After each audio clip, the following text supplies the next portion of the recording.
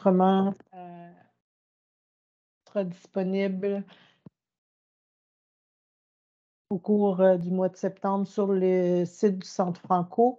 Donc, je tiens à remercier M. Ryan Perry de partager son expertise mathématique ce matin avec vous. Je tiens aussi à remercier le ministère de l'Éducation de l'Ontario pour nous donner les fonds au Centre Franco pour qu'on puisse organiser les instituts d'été. Je cède tout de suite la parole à M. Perry pour qu'on rentre dans le vif du sujet, planifier avec créativité, engager l'élève dans les maths que l'on apprend. Donc, je vais remettre encore une fois dans le chat le lien vers le formulaire de présence pour Monica et Andrea. Merci beaucoup. Laure aussi, je vais te remettre. Alors, Ryan, je te laisse la parole. Merci beaucoup. Alors, bonjour, bienvenue à tout le monde. Merci d'être là pour certaines et certains la dernière ou à la dernière journée du congé d'été. Je comprends à quel point que ces jours sont précieux. Alors, je vous apprécie énormément et j'apprécie que vous êtes là pour passer un peu de temps avec moi ce matin, presque cet après-midi. Alors, le titre de la session s'appelle « Planifier avec créativité, engager l'élève dans les maths que l'on apprend ». Et le titre provient de la création de 3 plans de cours par une équipe connexe entre l'AFEMO et OEMI, qui sont les deux institutions qui font la promotion de l'enseignement des mathématiques en Ontario. Alors, lors de l'été passé, il y a eu un projet conjoint entre ces deux équipes-là, duquel j'ai pu faire partie. Et je suis ici pour vous partager un peu le fruit de ce travail-là. Alors, il y a eu la rédaction de 26 plans de leçons ainsi que 3 plans de cours. Et je sais que les plans de leçons sont très bien connus, mais les plans de cours un peu moins. Alors, je vais passer un peu de temps à travailler dans ces 3 plans de cours-là. Ce ne sont pas les seuls plans de cours, il y en existe d'autres pour le cours de MTH1W, mais ce sont 3 façons d'entreprendre le cours qui sont quand même autant pareils qui sont différents. Alors, on va regarder un peu aux petits détails de ces plans-là. Avant d'aller trop loin, on aimerait faire une reconnaissance du territoire. Nous remercions les peuples autochtones pour le partage de ce territoire où nous nous retrouvons, connu comme Ontario, dérivé du terme Mohawk, lac magnifique pour Ontario. Nous reconnaissons que cette terre partagée par les peuples autochtones nous donne toutes les richesses dont nous avons besoin. Nous reconnaissons les générations qui l'ont parcourue, ceux qui la parcourent et présentement et ceux qui la parcourront. Les appels à l'action du rapport de la Commission de la vérité et de la réconciliation nous parlent de l'importance de l'éducation à comprendre notre passé et le territoire où nous habitons, afin que nous puissions cheminer ensemble dans un esprit. Nous souhaitons exprimer notre gratitude envers Terre-Mère et pour toutes les ressources que nous utilisons. Nous voulons aussi honorer tous les peuples de Premières Nations Métis et Inuits qui vivent sur ce territoire depuis les temps immémoriaux. Le plan pour aujourd'hui, ou le menu, si on veut, qui a encore malheureusement l'arrière-plan de Adobe Stock parce que ce n'est pas la bonne version de l'image, désolé, mais je vous assure que c'est une image qui est utilisée avec permission. Alors, le menu aujourd'hui, c'est quoi un plan de cours? Une exploration des plans de cours, la structure et les 3 plans qui ont été organisés de 3 différentes façons, soit à l'application des concepts mathématiques, les questions et les sujets qu'on peut remettre ensemble et un regroupement de concepts. Alors, c'est quand même assez intéressant, les 3 structures de plans de cours et finalement, comment les utiliser ensemble. Alors, avant d'aller trop loin, on va regarder vite fait au résultat d'apprentissage. Le but ultime à la fin de la session, c'est d'être plus à l'aise avec la planification en spirale en lien avec le cours MTH1W, de prendre conscience des plans préparés par AFEMO et OEMI, analyser un peu les tâches qui permettent aux élèves des choix qui est un élément très important du programme cadre de MTH1W et voir comment les planifs peuvent se complémenter. Un peu au sujet de moi, pourquoi je suis ici. Je suis présentement conseiller pédagogique avec le CECCE, mais je suis ici devant vous comme représentant de l'AFEMO. Je suis présentement vice-président de l'AFEMO et je suis aussi consultant sur divers projets, dont celui-ci de création de ressources pour le cours MTH1W, parmi d'autres. J'ai un parcours d'enseignement un peu en zigzag. Alors, j'ai passé du temps en salle de classe dans pas mal tous les domaines, de la 5e jusqu'à la 12e année. J'ai passé du temps en orientation comme enseignant en ressources, enseignant de classes distinctes et aussi à la direction. Alors, j'ai fait un peu de tout au long de ce parcours-là. J'aime collectionner des passe-temps, autant que pour certains, collectionner, c'est le passe-temps. Moi, j'aime collectionner les passe-temps. Et on me dit que des fois, j'utilise trop mes Bitmoji, alors je vais essayer de garder ça sous contrôle aujourd'hui. Un petit brise-glace pour commencer. C'est quoi un plan de cours? Je place dans le chat un lien vers un Padlet qui va vous permettre de donner vos impressions, vos idées sur c'est quoi un plan de cours, ça prend quoi, quels sont les éléments, qu'est-ce qui est important en lien avec un plan de cours, une planification. Je vais mettre à l'écran le Padlet aussi.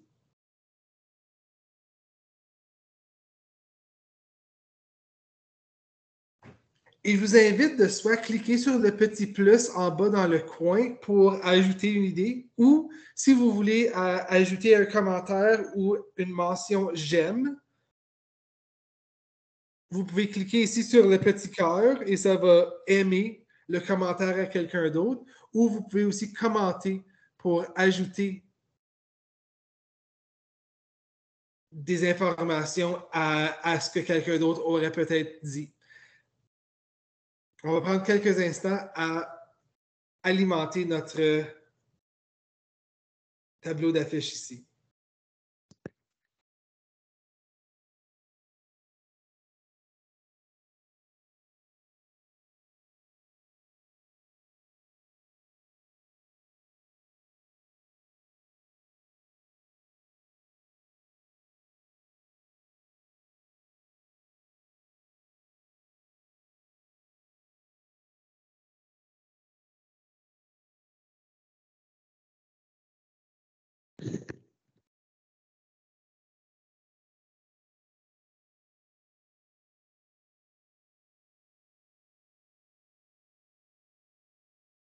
Vous n'avez pas besoin d'écrire tout ce qui va dans un plan de cours. Vous pouvez même simplement écrire un élément et l'ajouter. Ça va aussi. Les critères d'évaluation, super. Je suis entièrement d'accord. Les résultats d'apprentissage, ça aussi, je suis d'accord. Les attentes, les contenus, les idées pédagogiques, les liens intercurriculaires. Difficile à dire. Des fois, je vais simplement dire interdisciplinaire parce que c'est plus facile à prononcer. Une amorce, des stratégies d'enseignement, de la différenciation, les attentes du programme cadre, des activités, tenir compte de l'intérêt des élèves.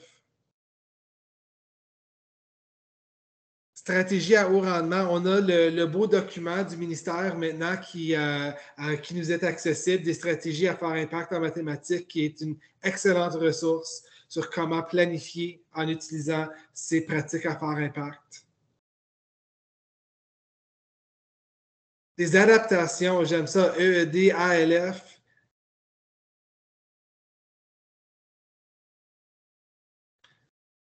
De l'évaluation au service de l'apprentissage. Des liens avec des apprentissages Premières Nations, métiers inuits, absolument.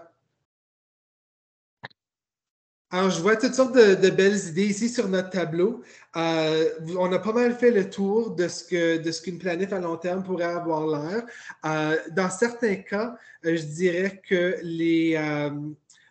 certains des éléments vont être un peu plus pertinents à l'intérieur d'un plan de leçon où on va commencer à entrer dans de la matière très spécifique, tandis que d'autres sont un peu plus englobantes, qui vont vraiment faire partie de la planification à long terme.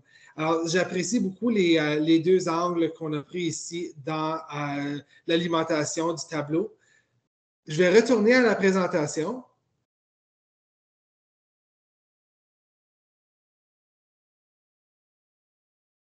Qui va me prendre un instant.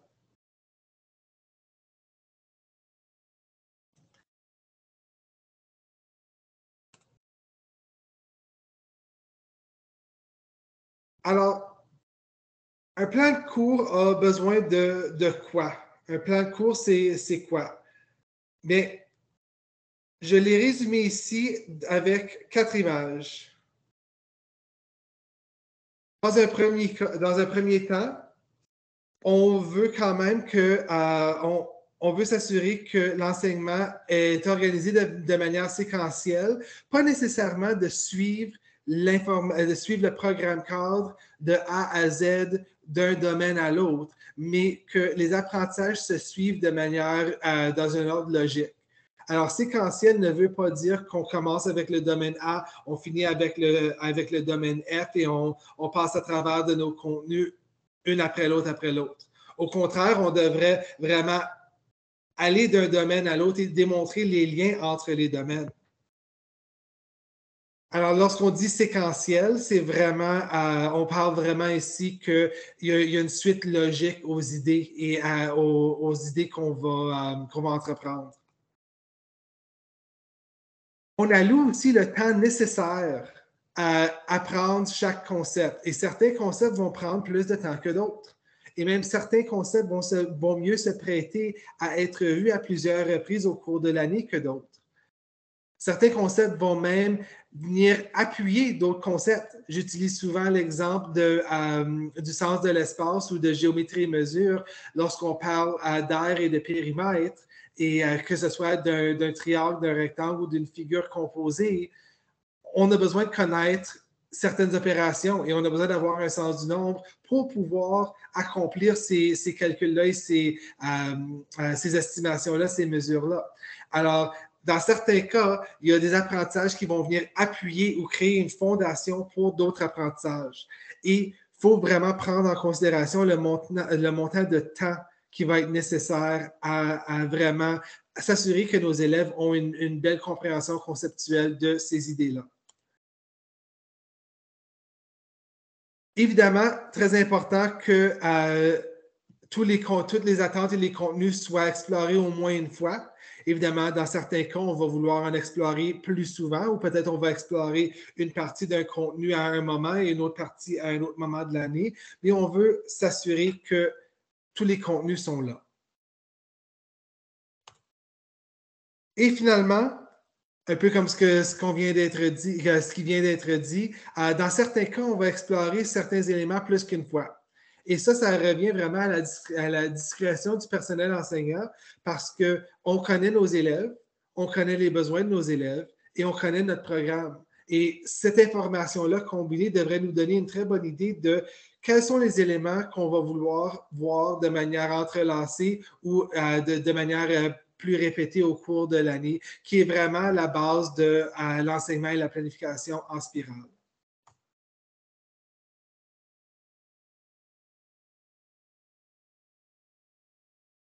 Si on regarde ici à la fondation du cours de maths 9e, alors du cours de MTH 1W. Alors, ça ici, c'est une petite infographie qui a été créée par l'équipe à AFEMO OEMI, où le plan de cours est au centre. Alors, la planification qu'on va créer pour nos élèves est au centre. Mais entouré de ça, on a les attentes du programme cadre. Évidemment, on a besoin de garder les attentes du programme cadre au cœur de notre planification. Mais là où ça devient intéressant, c'est que c'est vraiment un point d'intersection d'un diagramme de Venn. C'est le point central d'un diagramme de Venn. Et ce diagramme de Venn-là, a vraiment 3 éléments. Les liens entre la matière et le monde, les habiletés des élèves et les identités et expériences vécues des élèves.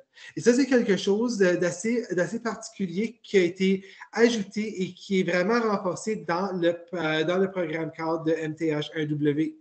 On parle beaucoup des liens entre la matière et le monde. On parle du pourquoi des mathématiques qu'on apprend. On parle aussi des identités et des expériences vécues des élèves. On parle de comment est-ce que les maths sont vues par cet élève-là spécifiquement. Quelles sont ses perceptions des maths? Comment est-ce qu'on voit les maths dans différentes situations? Si je mets une image sur un écran, il y a une très grande possibilité que si j'ai 25 élèves devant moi, je vais avoir au moins une douzaine de différentes perspectives sur ce qui se passe mathématiquement dans cette image. Parce qu'on ne voit pas tous les maths de la même façon. Et à l'intérieur de ce programme cadre de MTH1W, on a une très belle citation qui parle de la beauté des mathématiques. Et on ne parle pas assez souvent des maths comme si c'était un art. Mais les maths et l'art ont un grand lien. Et c'est vrai que la beauté des maths, on la voit lorsqu'on est capable d'aller chercher les différentes interprétations, les stratégies, les représentations et la façon dont les élèves peuvent exprimer toutes ces différences-là et pas nécessairement le fait qu'on diminue le cours à cause de la variété dans les interprétations, les stratégies, les représentations.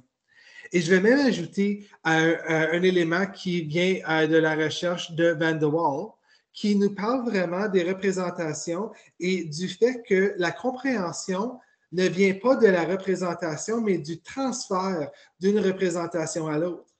Alors, l'élève qui utilise du matériel pour représenter une situation et l'élève qui le représente avec les symboles et une phrase mathématique, ces deux élèves-là, si on ne peut pas transférer d'une forme, d'une représentation vers une autre, ces deux élèves-là ont possiblement le même niveau de compréhension.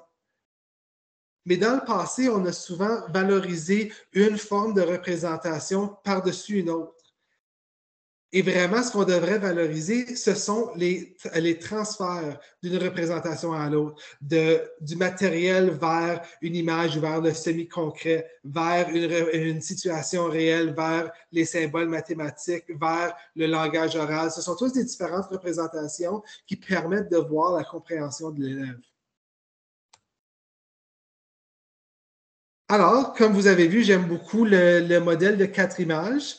Alors, entrons maintenant dans les plans de cours qui ont été créés par le projet ontariomath.support, qui est le site web combiné AFEMO OEMI. Les 4 plans sont en spirale. Alors, on voit certains concepts à plusieurs reprises au cours de l'année. On ne voit pas tous les concepts à plusieurs reprises, mais on utilise certains éléments comme fondation pour d'autres éléments. Vous allez voir de quoi je parle bientôt. Il y a aussi un élément de réseau, si on voit mes petites épingles en bas ici. Alors, il y a des liens entre les domaines. Alors, ce ne sont pas des plans qui utilisent les domaines comme des unités. On va voir tout le nombre, tout l'algèbre, tout le sens de l'espace ou géométrie et mesure.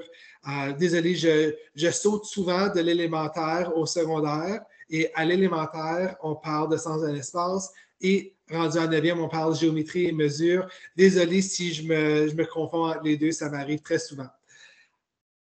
La porte ici représente le fait qu'on va offrir des choix à nos élèves. Alors, nos élèves vont pouvoir faire des choix basés sur leurs propres intérêts, basés sur les maths qu'ils veulent apprendre. Et finalement, les activités de modélisation, qui est aussi une nouveauté dans notre programme cadre, sont vraiment placées de manière stratégique pour ne pas toujours être à la fin, pour ne pas être un grand projet d'envergure pour la fin de l'année, pour exister comme un examen final, mais pour vraiment activer la pensée critique et la modélisation au bon moment, à des moments stratégiques tout au cours de l'année. Avant d'embarquer dans les modalités et la structure spécifique des 3 plans de cours, est-ce qu'il y a des questions, des commentaires, des inquiétudes ou quoi que ce soit que je peux adresser ou clarifier avant d'aller plus loin?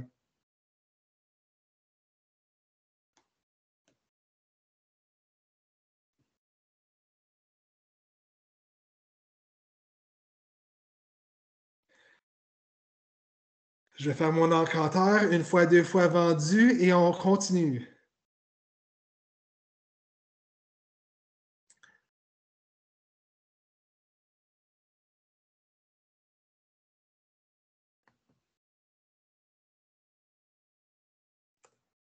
Alors, le premier plan de cours est basé sur l'application des concepts.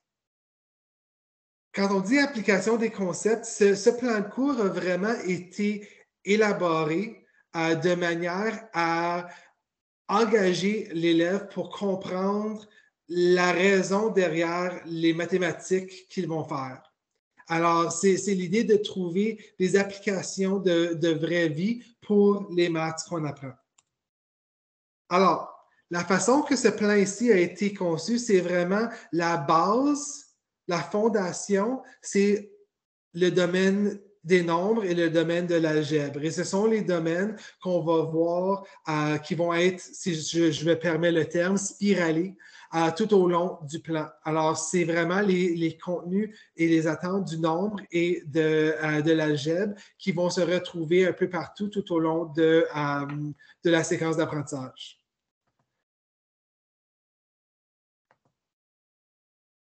Les données, géométrie, mesure et littératie financière sont utilisées pour rendre l'algèbre et le nombre, ou les nombres, je devrais dire, un peu moins abstraits, parce que ce sont des domaines dans lesquels on peut prendre ces concepts mathématiques-là et enlever un peu l'abstraction et faire un peu de sens à des maths et des nombres et des patrons, des différents modèles, ainsi de suite. Tout ça est rattaché par l'établissement de liens. Et là-dedans, on parle un peu des processus mathématiques et comment les relier. Et l'apprentissage socio-émotionnel est vraiment vu et placé un peu partout tout au long du plan. Alors, c'est vraiment une grande idée englobante qui va aller toucher à tous les domaines. Et un exemple d'une activité ou d'un plan de leçon qui fait très bien à l'intérieur de ce plan de cours, c'est le plan pour la leçon qui s'appelle « Partons à l'aventure ». Alors, je vais me permettre de vous partager l'écran avec la leçon. Désolé, il faut que j'arrête le partage et recommence le partage à chaque fois que je vais changer d'onglet. Ça prend quelques secondes.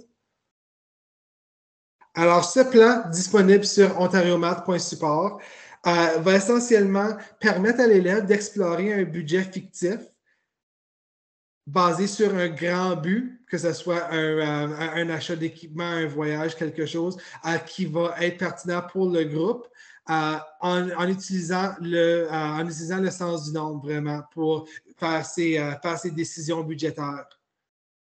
Et à l'intérieur de ce plan, ce qui est intéressant, c'est on ne va pas passer à travers de tout le plan, mais l'idée ici, c'est que l'élève va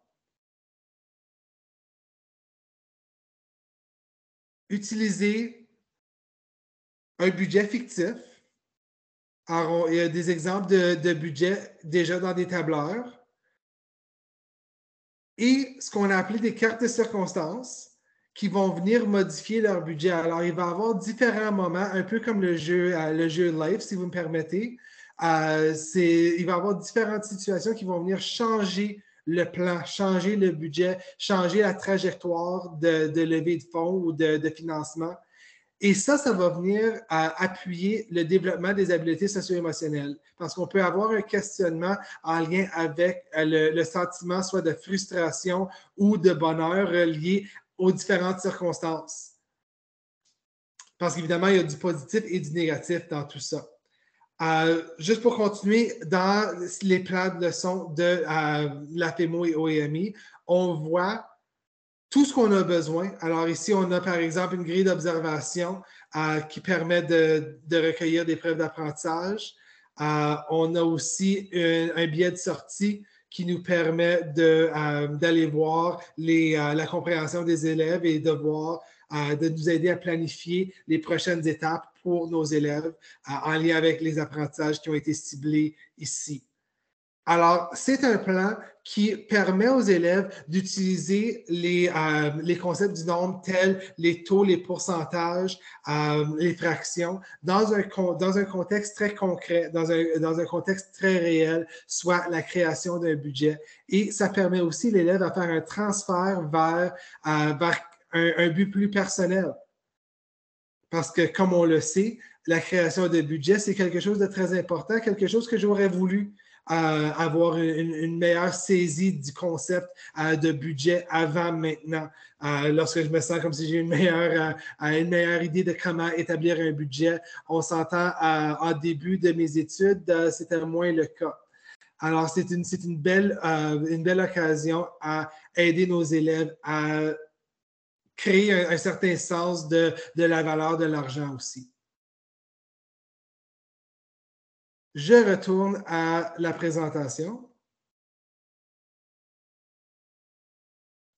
Je commence à être pas pire à faire le changement entre les écrans. Alors, cette leçon-là n'est pas unique à ce plan-là. Cette leçon-là pourrait s'insérer dans n'importe quel des plans. C'est juste une leçon qui fonctionne très bien avec la façon dont le plan a été, ce premier plan-là a été élaboré.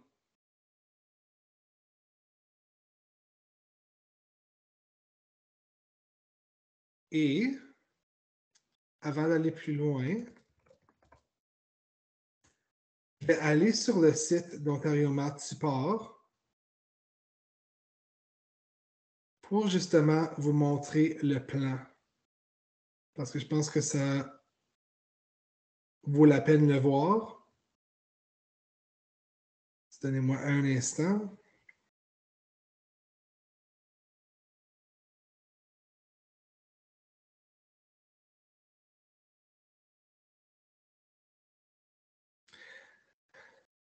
Alors, on n'a pas nécessairement besoin de faire ceci avec tous les plans, mais juste pour vous montrer un peu la structure du plan. Les plans sont nommés option 1, option 2, option 3. Alors, ici, on a une préface où on va parler vraiment de c'est quoi un plan de cours. On va aussi avoir une section qui va parler de la manière dont le plan de cours a été organisé.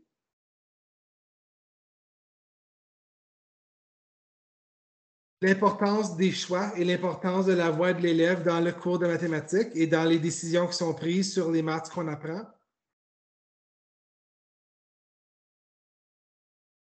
Et certaines valeurs qui ont été mises au centre de la planification. Alors, on parle ici de rendre ça accessible à tous les élèves, de créer une culture de salle de classe qui va valoriser les expériences vécues de nos élèves. D'avoir une prise de conscience de la manière qu'on enseigne les mathématiques et possiblement les biais qui sont associés à cet enseignement-là, qui ne donnent pas nécessairement un avantage au niveau de l'enseignement, mais qui sont peut-être la façon qu'on a toujours fait les choses. Alors, de vraiment prendre ça en considération tout au long de l'enseignement.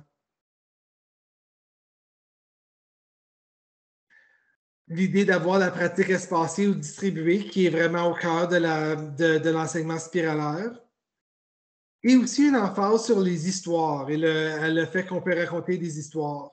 Parce que nos programmes cadres ont des contenus qui parlent spécifiquement de raconter des histoires avec les mathématiques. Je vais me rendre jusqu'à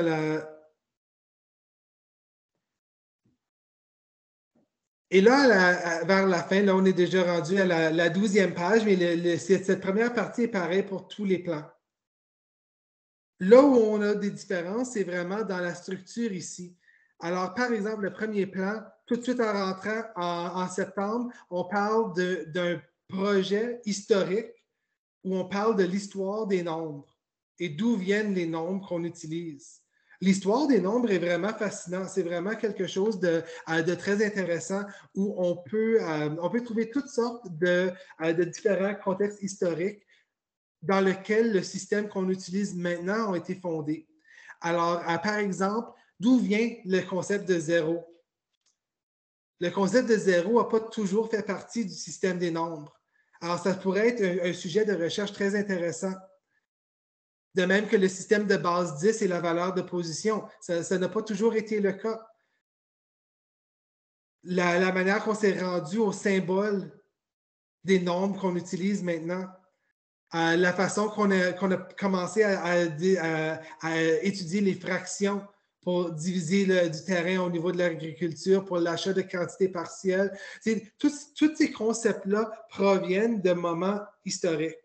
Alors, c'est une belle façon d'amorcer un cours de mathématiques tout en donnant un contexte vraiment intéressant et historique à ce qu'on va apprendre. Et là, suite à ça, on rentre tout de suite en littératie financière avec des fondements dans le nombre. Alors, c'est vraiment, au lieu de faire toute une section sur le nombre, ensuite faire une section sur l'algèbre, ensuite les données, ensuite, ici, on n'a pas d'unité qui porte sur le nombre, ni sur l'algèbre. On a seulement des unités qui portent sur des applications des mathématiques et on voit à l'intérieur des attentes du nombre et de l'algèbre combinées avec des attentes, soit des données du sens de l'espace, géométrie mesure et de littératie financière. Là, je vais retourner à ma présentation.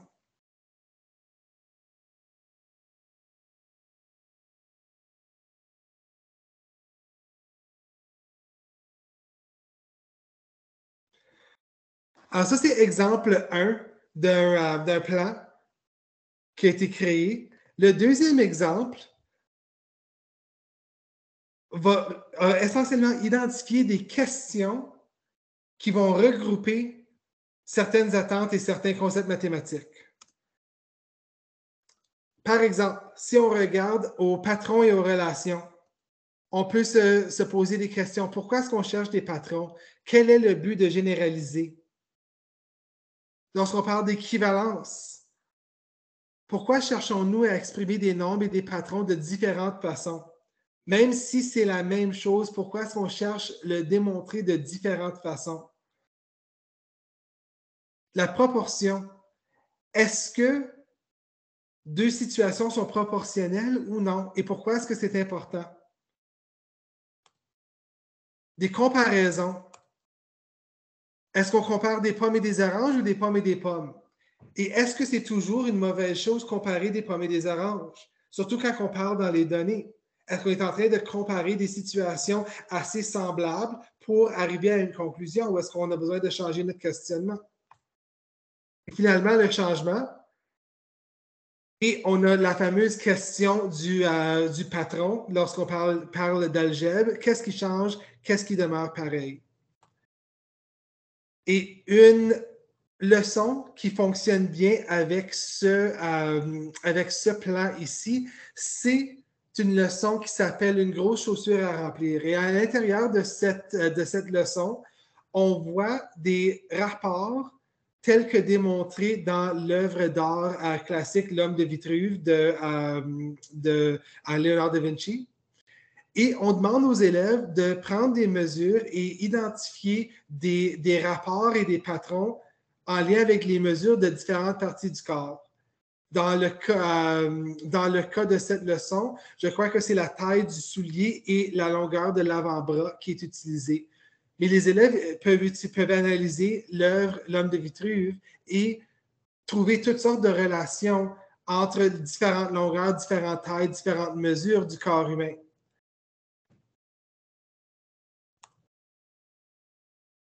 Le troisième plan de cours va regrouper des concepts. En anglais, on a appelé ça des clusters, alors des regroupements de concepts qui ont des thèmes communs. Alors, il y a 4 regroupements. Le premier, on parle de l'infini, explorer des connexions à travers des différentes branches, des différents domaines mathématiques.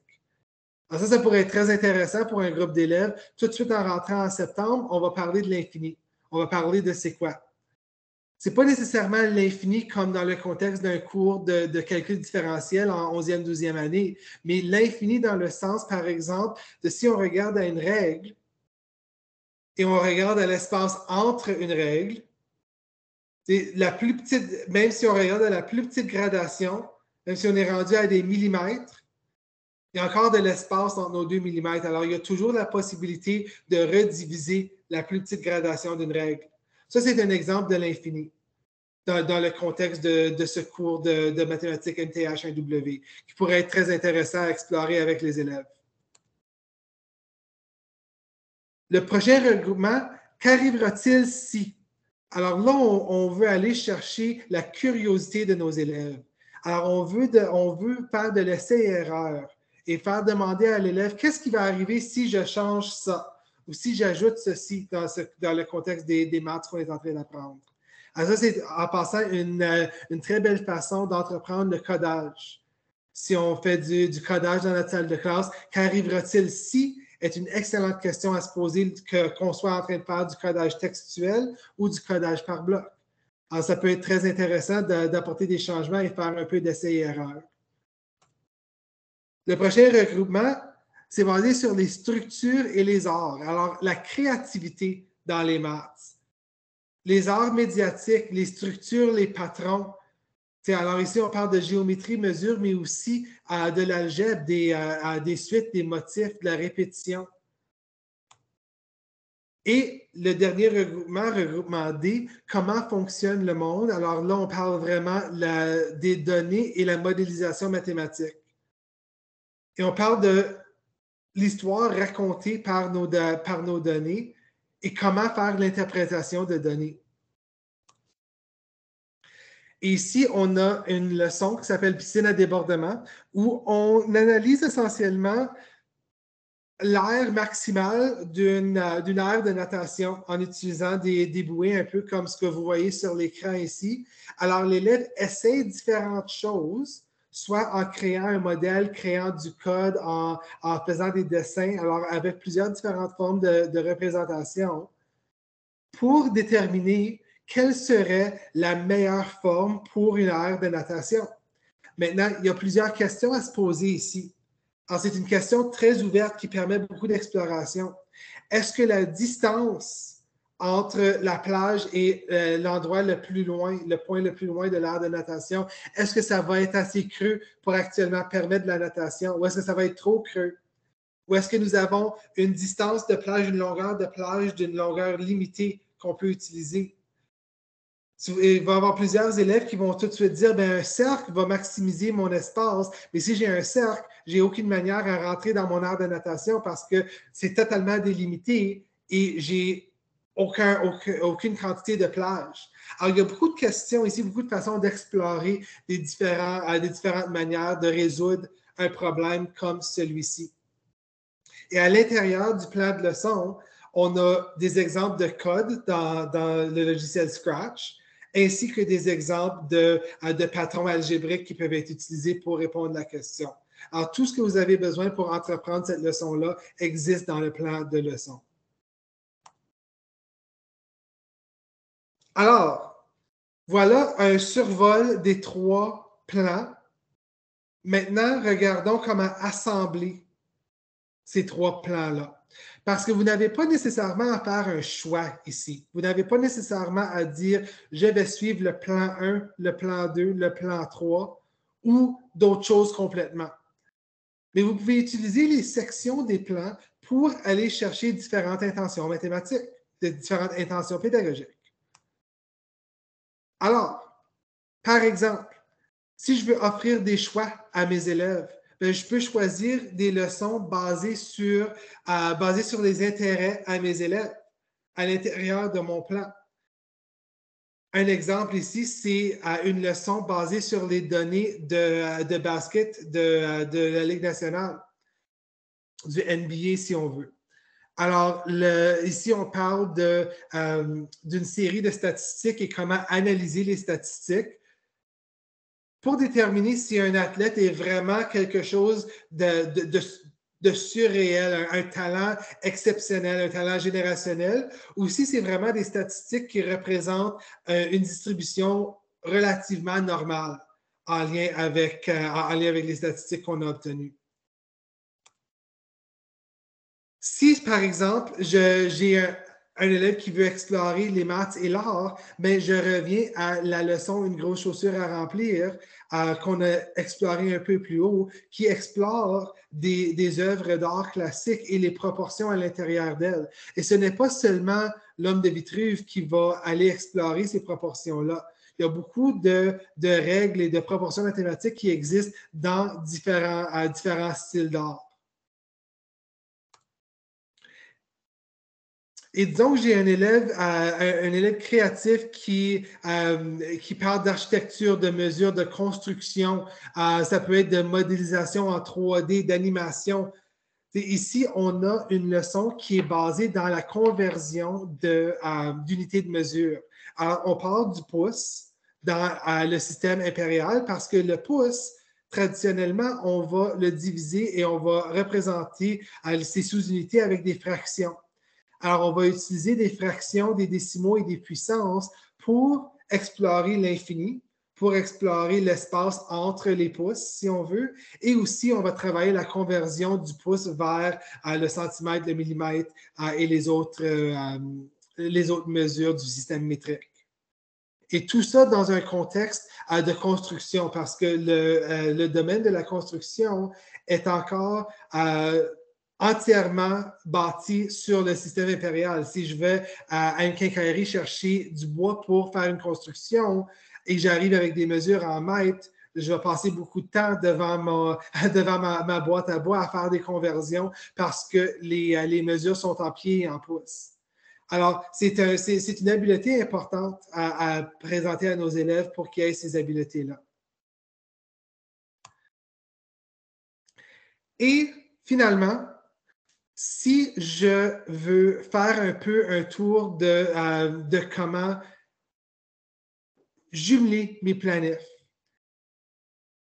et malheureusement, on ne le voit pas ici, mais en haut de la côte ici où on voit la voiture, c'était écrit planif 2, mais je pense que ça a été lancé en arrière-plan, malheureusement.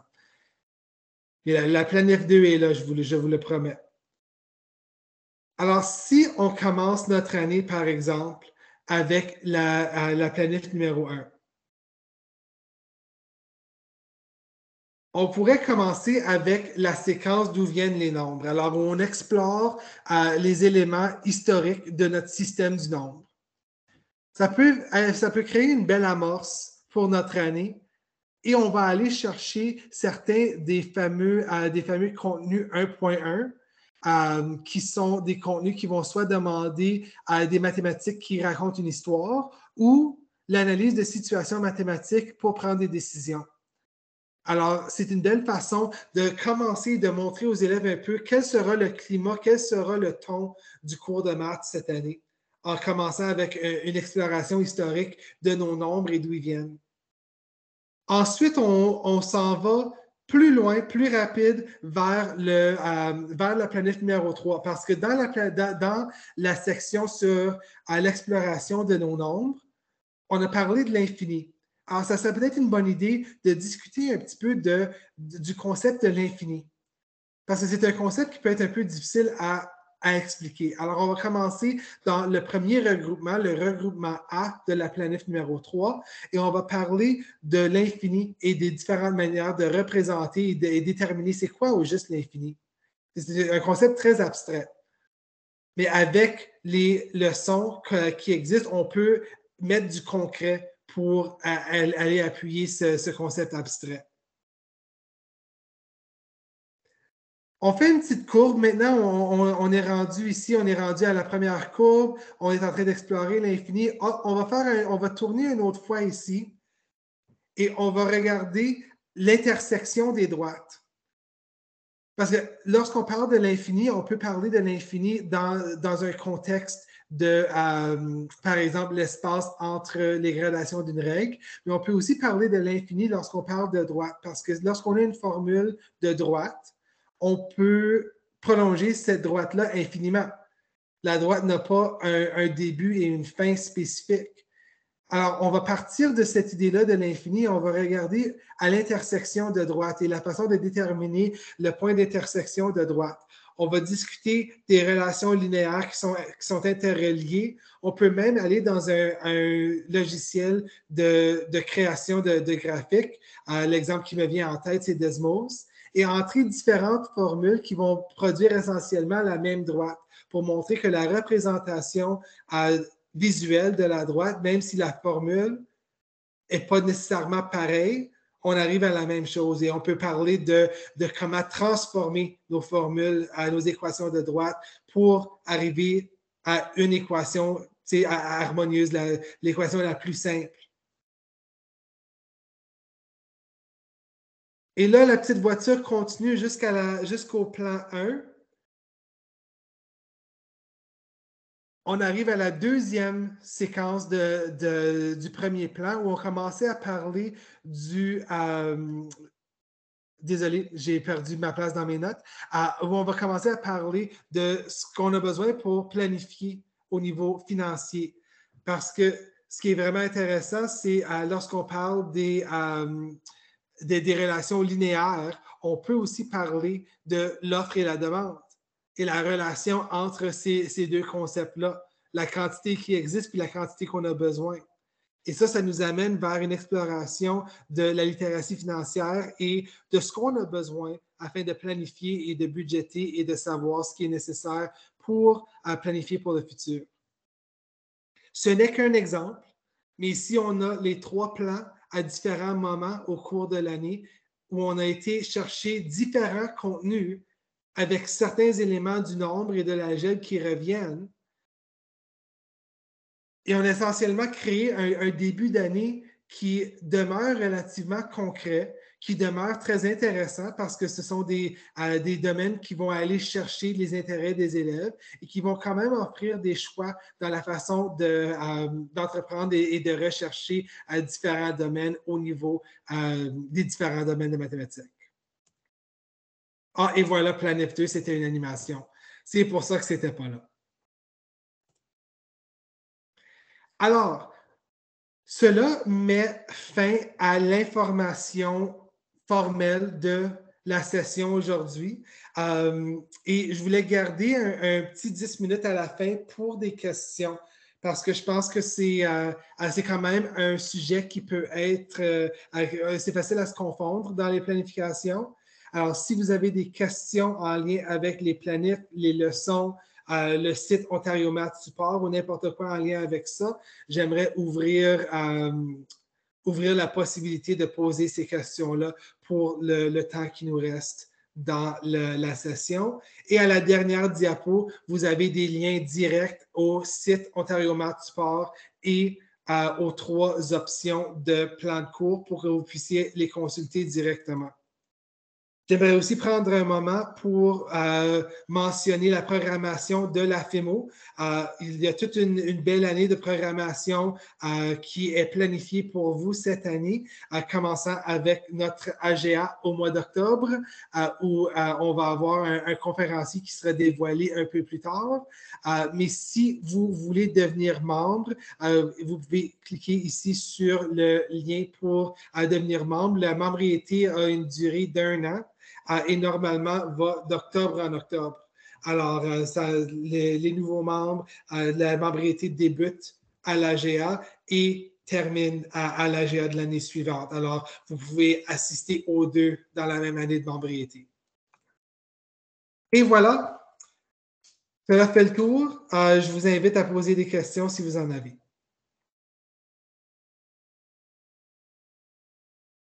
Je vais